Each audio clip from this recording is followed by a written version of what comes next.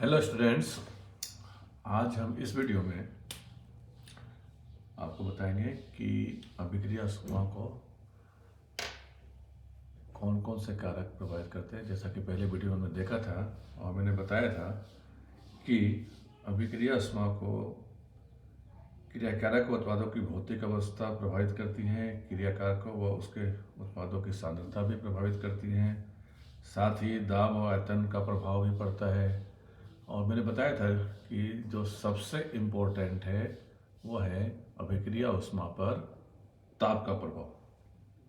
तो आज हम अभिक्रिया ऊष्मा पर ताप के प्रभाव के बारे में चर्चा करेंगे, लेकिन उससे पहले मैं थोड़ा सा ये बताना चाहूँगा कि क्रियाकारक उत्पादों की भौतिक अवस्था का क्या प्रभाव पड़ता है। वैसे हालांकि मैंने आपको कल एग्जाम्पल बताया भी था कि जब हाइड्रोजन ऑक्सीजन की क्रिया करवाते हैं तो जल दो फॉर्म में प्राप्त होता है, द्रवीय फॉर्म में और गैसीय फॉर्म में। जब जल गैसीय फॉर्म में प्राप्त होता है तब एंथैल्पी जो मुक्त होती है वो होती है -57.8। ये मैंने कल बताया था कि जब H2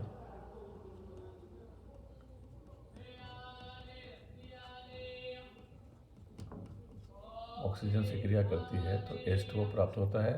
और मैंने बताया था, जिक्र किया था कि ये गैसीय फॉर्म में प्राप्त होता है या फिर लिक्विड फॉर्म में।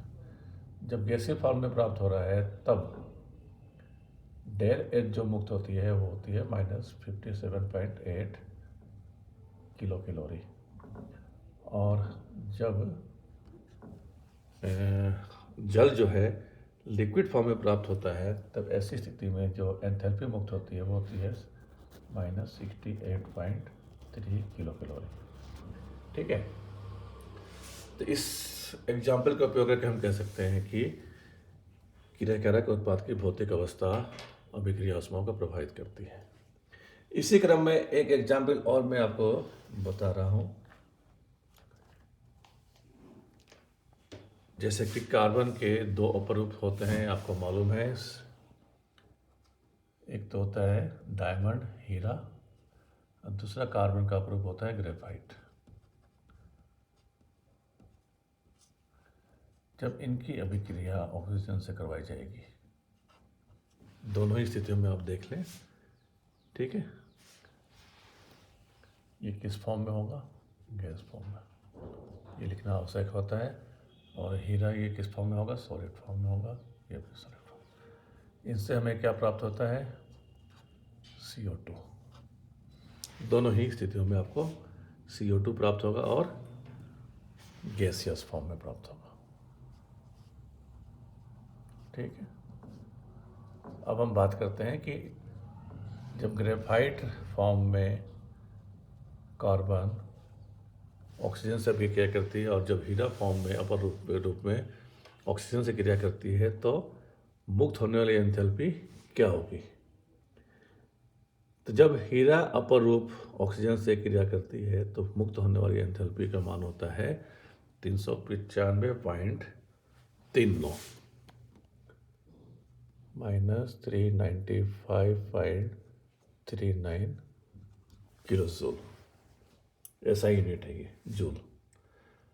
और जब ग्रेफाइट फॉर्म अपर रूप लेते हैं तब ऐसी स्थिति में इसका मान आएगा, मुक्त होने वाली एंथैल्पी का मान 395.59 किलो जूल। तो हम देख रहे हैं कि दोनों ही रिएक्शंस में कार्बन है और मुक्त होने वाली एंथैल्पी का मान में अंतर प्राप्त हो रहा है। तो ये एग्जाम्पल भी हम भौतिक अवस्था के रूप में दे सकते हैं। ठीक है, यहाँ एक चीज़ का हम और ध्यान दें कि यदि इन दोनों इक्वेशन को हम माइनस करें, घटाएं एक दूसरे से, तो जो डेल एच है वो लगभग प्राप्त होगा आपका 0.2 प्लस में 0.2 किलो जूल। मतलब C ग्रेफाइट से C हीरा।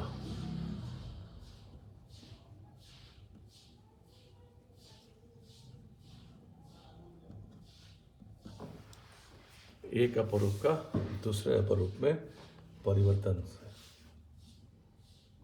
हम कह सकते हैं कि 1 मोल ग्रेफाइट कार्बन को 1 मोल हीरा कार्बन में रूपांतरित करने के लिए ये जो ऊष्मा की आवश्यकता पड़ती है उसे हम संक्रमण ऊष्मा कहते हैं।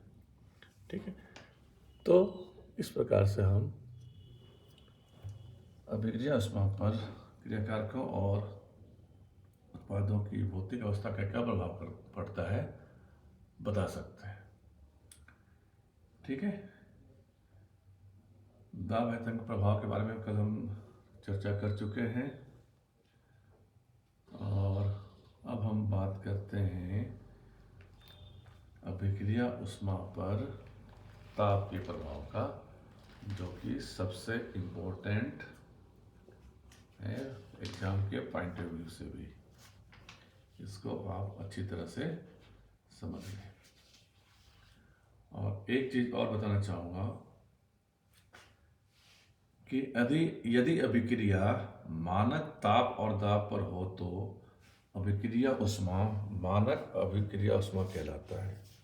ठीक है, अभिक्रिया ऊष्मा के बारे में हमने कल बताया था, लेकिन इसके अंदर हम ये भी जोड़ सकते हैं कि यदि कोई भी रिएक्शन, कोई भी अभिक्रिया मानक अवस्था में हो, मानक ताप व दाब पर हो, तो ऐसी स्थिति में अभिक्रिया ऊष्मा मानक अभिक्रिया ऊष्मा कहलाती है। मानक ताप और दाब क्या होता है? स्टैंडर्ड टेम्परेचर होता है आपका 25 डिग्री सेंटीग्रेड और दाब होता है, स्टैंडर्ड दाब हम लेते हैं 1 एटमॉस्फेयर। इसका मतलब क्या हो गया? 298 केल्विन लगभग। ठीक है, तो ऐसी स्थिति में जब मानक अभिक्रिया ऊष्मा की हम बात करते हैं तब एंथैल्पी को इस प्रकार से व्यक्त करते हैं। यहाँ पे आ जाएगा साइन 0, यहाँ पे आ जाएगा नीचे लिखा हुआ 298। ठीक है, तो इस चीज़ को भी ध्यान रखें, कंफ्यूज होने की जरूरत नहीं है। अभिक्रिया ऊष्मा और मानक अभिक्रिया ऊष्मा में इस प्रकार से अंतर होता है। ठीक है, बस ये अंतर है कि अभिक्रिया मानक अवस्था में होती है। और ये आप ध्यान रखना कि मानक ताप और दाब का वैल्यू 25 डिग्री सेंटीग्रेड और 1 एटमॉस्फेयर होता है। चलो अब हम शुरू करते हैं अभिक्रिया ऊष्मा पर ताप का प्रभाव। It's most important for your exam.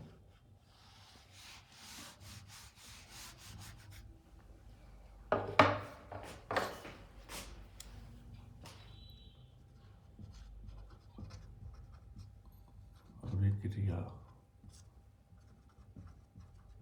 ऊष्मा पर ताप का प्रभाव, effect of temperature on heat of reaction. और इसको जैसा कि मैंने पहले बताया था किरचॉफ समीकरण कहते हैं, इसी नाम से प्रचलित है ये। एग्जाम में आपको इस प्रकार से पूछ सकते हैं कि अभिक्रिया ऊष्मा पर ताप के प्रभाव की विवेचना कीजिए या किरचॉफ समीकरण व्युत्पन्न कीजिए। ठीक है, किसी भी भौतिक या रासायनिक प्रक्रम में डेल एच या डेल ई के मान ताप के फलन होते हैं। ये हमने पहले के यूनिट में पढ़ा हुआ है। ओके, माना एक काल्पनिक प्रक्रम निम्न प्रकार हो रहा है जो कि स्थिर दाब पर है। कोई भी हम एक प्रोसेस अभिक्रिया लेते हैं, फॉर एग्जाम्पल ये हमारा रिएक्टेंट ए है, इससे बनता है हमारा उत्पाद बी है। ठीक है, और यहाँ ये ध्यान रखना है कि ये प्रक्रम स्थिर दाब पर हो रहा है। ओके, ये आपका मान लें हम इसको इक्वेशन नंबर, समीकरण नंबर 1। यहाँ ए इक्वल टू इनिशियल स्टेट या रिएक्टेंट, इस प्रकार से लिखें आप। यहाँ ए जो है वो क्या है? क्रिया कारक या प्रारंभिक अवस्था। क्रिया कारक, या इसको हम ये भी बोल सकते हैं कि प्रारंभिक अवस्था ही हमारी।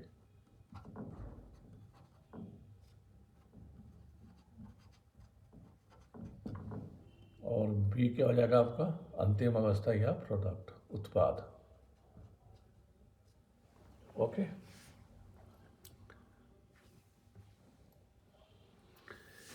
इसलिए जो अभिक्रिया ऊष्मा होगा डेल एच, इसको भी पूरा लिख देता हूं मैं, यहाँ पे क्या हो जाएगा? अंतिम अवस्था। तो जो हमारा डेल एच है वो क्या होता है? एच फाइनल अंतिम माइनस एच प्रारंभिक, या एच प्रोडक्ट माइनस एच क्रिया कारक। तो हमारे यहाँ प्रोडक्ट क्या है? बी, और रिएक्टेंट है हमारा ए। तो अभिक्रिया ऊष्मा डेल एच को हम इस प्रकार से व्यक्त करेंगे। ओके, तो इसको हम लिख लेते हैं समीकरण नंबर 2, इक्वेशन 2। जैसा कि हमने पहले बताया है कि इस प्रकरण में दाब स्थिर है, अतः दाब स्थिर रखते हुए ताप के सापेक्ष अवकलन करने पर, ताप के सापेक्ष अवकलन करें हम इसका, तो डेल एच अपॉन ताप के सापेक्ष और दाब को स्थिर रखते हुए करें तो हमें क्या प्राप्त होगा? Del H B upon del T at constant pressure minus del H A upon del T at constant pressure. ठीक है, ये भी आपको विदित है पहले से ही। ये हो गया हमारा समीकरण नंबर 3। अब हम चूंकि जानते हैं कि del H upon del T at constant P, del H upon del T at constant P किसके बराबर होता है? सी पी, स्थिर दाब पर ऊष्माधारिता, heat capacity at constant pressure होता है। इसलिए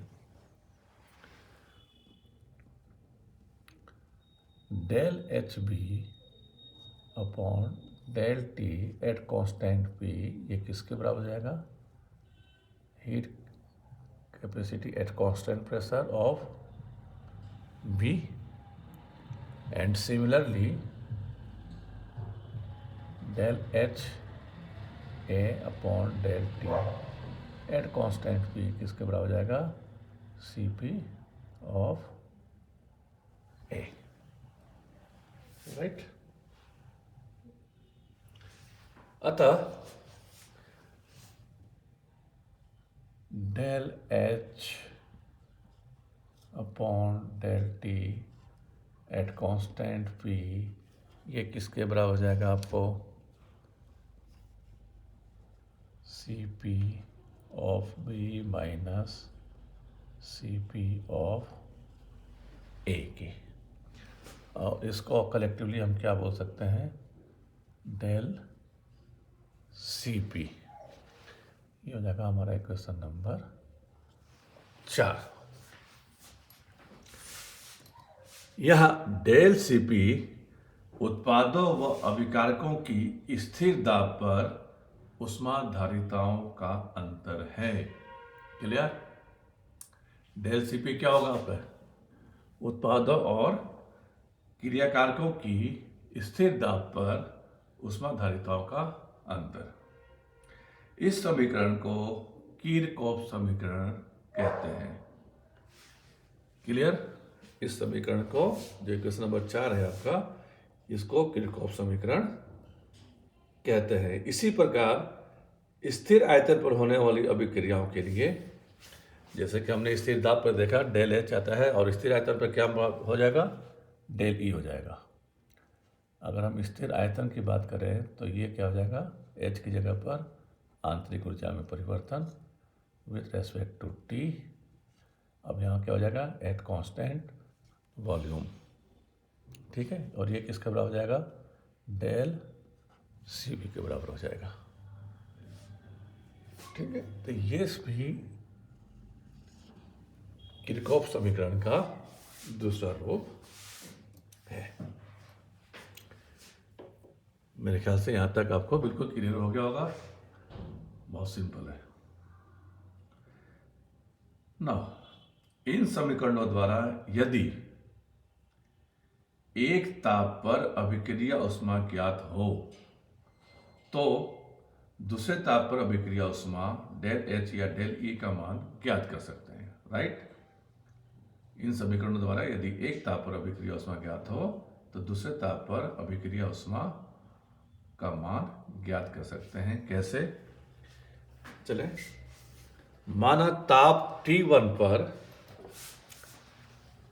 चलिए नेक्स्ट देखते हैं कैसे। माना कि ताप T1 पर डेल H1, क्या बोल रहे हैं हम, ताप T1 पर डेल H1 तथा T2 पर डेल H2 है, तब इन मानों के बीच समाकलन करने पर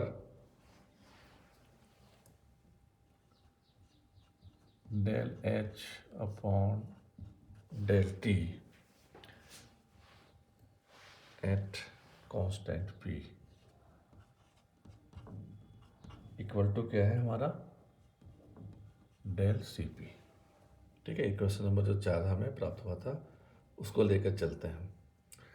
तो हम क्या बोल रहे हैं कि T1 से T2 के बीच समाकलन करना है। तब हमारे पास इस इक्वेशन से क्या प्राप्त हो जाएगा, ये हो गया आपका T1 से T2 के बीच समाकलन, और यहाँ पे क्या हो जाएगा आपका del H।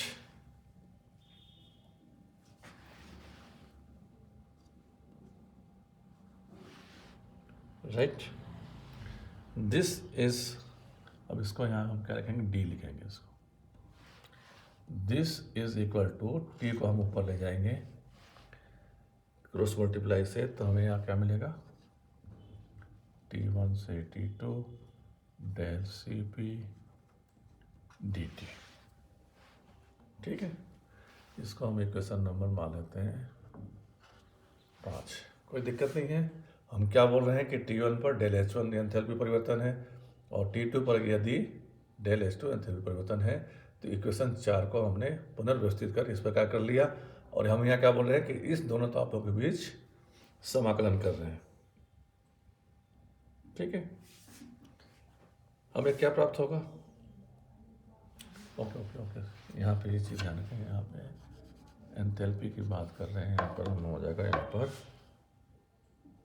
Del H1 del H2, T1 पर डेल H1 है और T2 पर डेल H2 है। ठीक है, तो इसका अगर हम समाकलन करते हैं तो क्या मिलेगा हमको, del H2 minus del H1 is equal to del CP क्या होगा, कांस्टेंट टर्म, यहाँ पे क्या हो जाएगा T2 माइनस T1, और हम कह सकते हैं कि del H2 is equal to del CP T2 minus T1 plus del H1। इसे मान लें इक्वेशन नंबर 6, समीकरण नंबर 6। यहाँ T1 व T2 ताप के बीच डेल CP का मान स्थिर मानते हैं, ये ध्यान रखना है हमको। और इसी प्रकार से हम ये लिख सकते हैं डेल E2, यदि हम स्थिर आयतन की बात करें तो del E2 is equal to del CB T2 minus T1 plus del E1। ठीक है,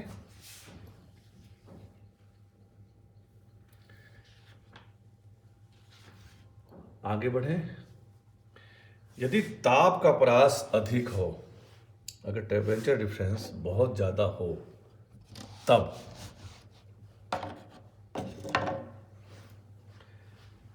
अर्थात जिस ताप पर अभिक्रिया उष्मा ज्ञात करनी है, उस ताप व प्रारंभिक ताप के बीच अधिक अंतर हो, तो Cp का मान ताप के साथ निम्न प्रकार परिवर्तित होता है। और जब यदि बहुत ज़्यादा अंतर होता है ताप में, तब Cp को हम स्थिर नहीं मान सकते।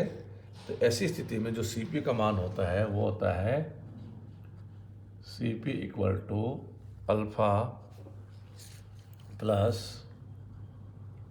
Beta T plus gamma T square. ये क्वेश्चन नंबर हम ले लेते हैं अब 8।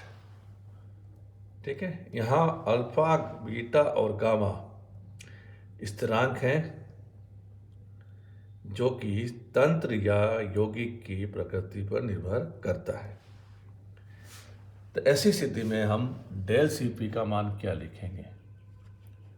Del Cp equal to alpha plus beta T plus gamma T square है, तो डेल Cp क्या हो जाएगा हमारा? Alpha B minus alpha A plus beta B minus beta A,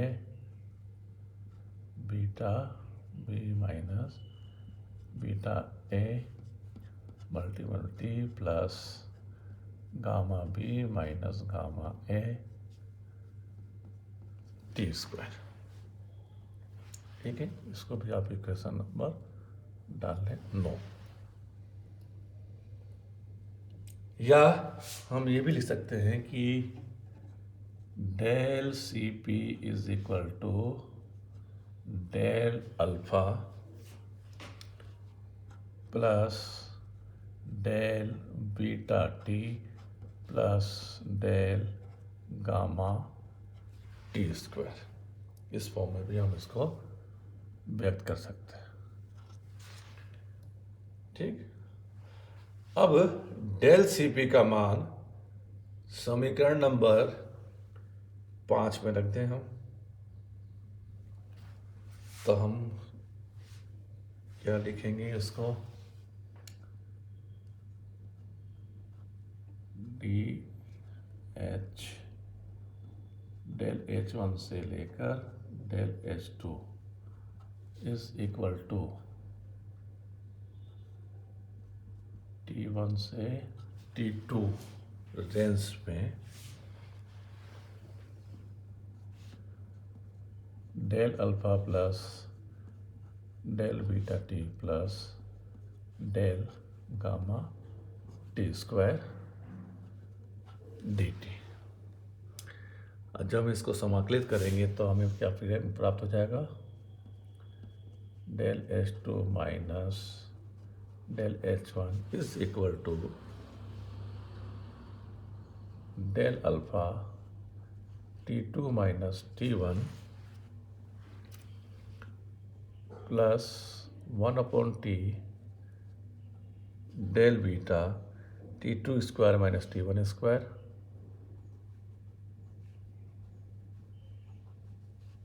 plus 1/3